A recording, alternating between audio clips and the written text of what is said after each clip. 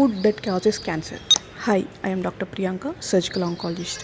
మనం డైలీ తీసుకునే ఫుడ్ వల్ల కూడా క్యాన్సర్ వచ్చే అవకాశం ఉంటుంది. మనం రోజు తీసుకునే ఫుడ్ కూడా పాయిజనస్.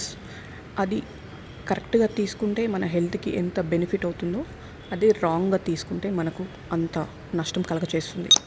ఫుడ్ అనేది మనము లిమిటెడ్గా తీసుకుంటే ఎంత బెనిఫిట్ ఉంటుందో బాడీకి, అదే ఎక్స్ట్రాగా అవసరం లేని ఫుడ్ తీసుకుంటే అంతే నష్టం కలగజేస్తుంది.